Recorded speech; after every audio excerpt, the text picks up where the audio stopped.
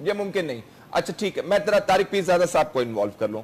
तारिक साहब, वही इंटरनेशनल और या अमेरिकी की जो बात करते हैं हम, जो वो खदशात जाहिर कर रहे होते हैं, तो असल खदशा क्या है? इसराइल का बहुत ज्यादा उन्हें खदशा है या उन्हें वाकई दो हैं। हाँ, न्यूक्लियर शॉर्ट रेंज मिसाइल्स की हद तक इंडिया और उसके मफादात को भी देख रहे हैं वो, और उसके साथ साथ पाकिस्तान को डिसार्म करने वाली बात भी है।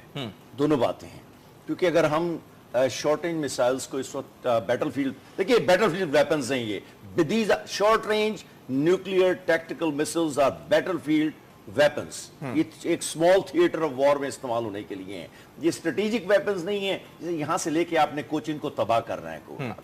हम इसकी बात नहीं कर रहे, हम इसलिए कर रहे हैं कि हम भारत को ये पैगाम दे रहे हैं कि आपकी कभी भी पाकिस्तान की सॉवरेंटी, इख्तिदार आला और पाकिस्तान के वजूद, सर्वाइवल के खिलाफ अमेरिकन क्या चाहते हैं? ये ना हो। मैं यही पाकिस्तान की वल्नरेबिलिटी जो है वो यूनाइटेड स्टेट्स की फॉरेन पॉलिसी का बुनियादी हिस्सा है।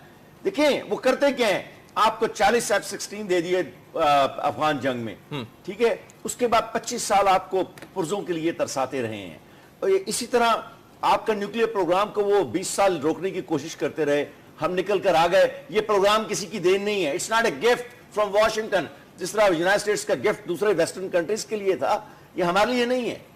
चुनाचे हम पर उनका कोई भी ऐसा दबाव उसूलन होना नहीं चाहिए, कबूल नहीं हमें करना चाहिए। ठीक है, एक बात होगी। दूसरी बात यह है कि वो मैं प्रेसिडेंट रेगन का मशहूर कॉल और सेनेटर सैम नन का, वो ये था कि 80s के शुरू में, एक फिक्रे में बात करता हूं, यूएस सेनेट ने 3 दिन और 3 रात इस पर डिबेट किया था कि न्यूक्लियर वेपन्स इस्तेमाल होने के मुतालिक यूनाइटेड स्टेट्स की पॉलिसी क्या होनी चाहिए। तो रियलिटी को सामने रखते हुए जो सैम नन ने बात कही थी और वो रेगन ने अपनी तकरीर में दोहराई थी कि जब एटमी हथियारों के इस्तेमाल की बात आएगी और यूनाइटेड स्टेट्स के अपने स्ट्रेटेजिक इंटरेस्ट और उसके डिफेंस की बात आएगी, तो you never say never, you never say never, ये आप ना कीजिएगा। ये जो लोग बात करते हैं ना कि एटमी हथियार कभी इस्तेमाल नहीं हो सकते, वो इसीलिए बनाए गए हैं कि दुश्मन को डिटेरेंस जाती रहे कि यहां पर आपने रुक जाना, ये खत है, इससे आगे नहीं जाएंगे। मैं कहना ये चाह रहा था अभी 1 सेकंड पहले, और ये भाई को भी मालूम होगा और डॉक्टर सबुर वारिबंद की यकीनन बड़ी नजर है, इस वक्त तकरीबन 250 Su-30 Mk1 उनके पास 350 किलोमीटर की रेंज वाले रेडार्स के साथ heavy duty strategic fighter planes हैं इंडिया के पास, जो रूस के दिए हुए हैं। हमारे पास सिर्फ अपग्रेडेड मिला। मैं एक सवाल करना चाहूंगा, मैं जरा बात मुकम्मल कर लूं, मैं लेता हूं, मैं आ जाऊंगा, आपको वक्त मिलेगा। इस वक्त हमारे पास सिर्फ 75 F-16 हैं, उनमें भी बेशतर जो हैं 18 को छोड़कर वो अपग्रेडेड हैं। तो हमारी तो इस वक्त कंपैरिजन जो है एयर में तो बिल्कुल ही कोई नहीं है। हमने उनको एक थ्रेट लेवल रखना है पाकिस्तान में, हिंदुस्तान को, कि अगर आप कभी गलती करेंगे तो हम प्रीएम्प्टिव स्ट्राइक करेंगे। तो ये जो गुफ्तगू हो रही थी अभी 1 सेकंड पहले कि प्रीएम्प्टिव स्ट्राइक वाला डॉक्ट्रिन किसने दिया तारिक साहब? मैं आ रहा हूं उस तरफ। ये जो कोल्ड स्टार्ट का उन्होंने डॉक्ट्रिन दिया था, उसके जवाब में हमने कहा है कि इफ वी रियलाइज कि आपके कॉलम्स हमारी तरफ आ रहे हैं मैसिव मूवमेंट में, और वो हमारे किसी कोई भी जो भी आपका इंटेंशन है, हम बैटलफील्ड के अंदर आपकी फोर्सेस को तबाह करने के लिए ये वेपन्स इस्तेमाल करेंगे। तारिक साहब, परवेज हुद्बा साहब, आप तारिक साहब के लिए आपका कोई सवाल है?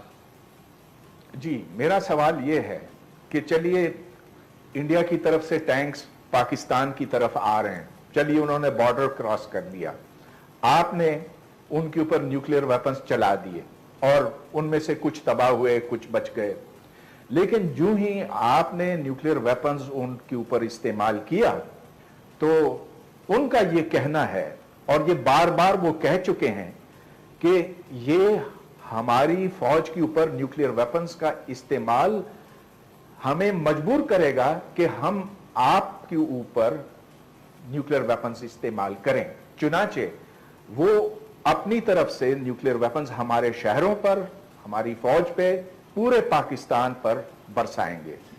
तो चलिए हम भी उनको तबाह करने की सलाहियत रखते हैं, वो हमें तबाह आसानी से कर सकते हैं।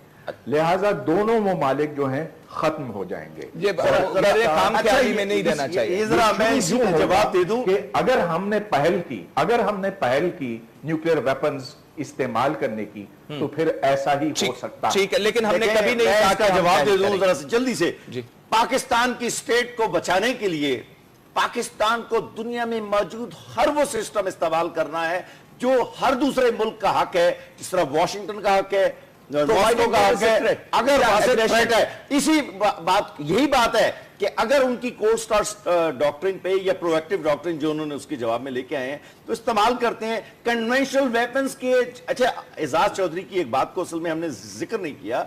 उन्होंने कहा कि ये जो गैप है कन्वेंशनल वेपन्स कैपेबिलिटी के दरमियान, इसको पुर करने के लिए हमने टैक्टिकल न्यूक्लियर वेपन्स बनाए। ठीक, अगर इस बात को समझने में मुश्किल है तो उसका कोई जवाब मैं एक ब्रेक ले लूं, ब्रेक के बाद हम बात करेंगे। नाज़रीन, ये जंगी पर्पसेस के लिए या जंगी बुनियादों पर हमने न्यूक्लियर टेक्नोलॉजी का इस्तेमाल जो है वो तो सीख लिया, लेकिन ये पीसफुल पर्पसेस जिससे हम एनर्जी बना सकते हैं उसका इस्तेमाल नहीं है। उसके लिए हम ख्वाहां भी हैं कि अमेरिका हमारी उसमें मदद करे। क्या हो सकता है इसमें, इस हवाले से हम बात करेंगे एक छोटे से वक्फे के बाद। साथ में बात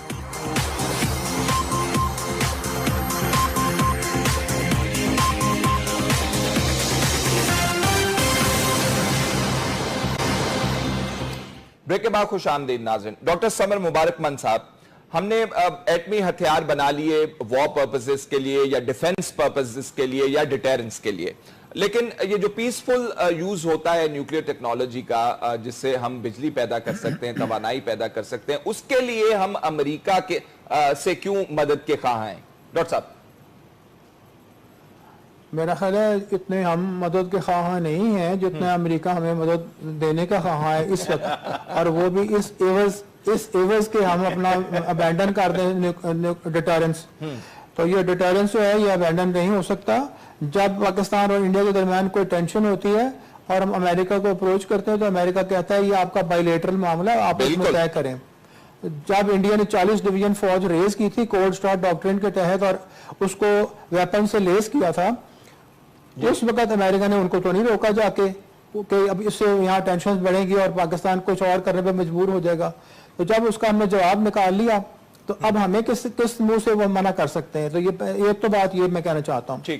जहाँ तक हमारे पीसफुल न्यूक्लियर एप्लीकेशंस का ताल्लुक है एनर्जी के लिए, हम इस वक्त आपको पता है कि 4 रिएक्टर्स ऑलमोस्ट हमारे कंप्लीट हो गए हैं और 5वां बनना शुरू हो गया है। वो चाइनीज टेक्नोलॉजी के हवाले से आप बात कर रहे हैं, जो चाइनीज हमारी मदद जी जी जी हाँ, उसमें कुछ थोड़ी बहुत हमारा डिलीशन प्रोग्राम भी अब इसमें आता जा रहा है, आहिस्ता आहिस्ता बढ़ता जा रहा है। कुछ चीजें हम खुद बनाकर भी लगा रहे हैं, लेकिन इस वक्त हमें अगर फर्ज करें बिल्कुल वर्ल्ड की ओपन हो मार्केट हमारे लिए और हम जहां से चाहे रिएक्टर खरीद सकें, तो आप जरा इंटरनेशनल बिडिंग करवा के देखिए चाइनीज रिएक्टर से अमेरिकन रिएक्टर की कीमत कितनी ज्यादा होगी और हम क्या अफोर्ड कर सकेंगे। तो अगर हमें ऑफर भी करेंगे तो प्राइसेस जो है वो प्रोहिबिटिव होंगी। मैं आजकल अपने थर्ड कोल प्रोजेक्ट के लिए कोई भी हैवी मशीनरी ऑर्डर करता हूँ, इंटरनेशनल टेंडर्स करता हूँ, हमेशा चाइनीज जो है वो लोएस्ट बेटर होते हैं।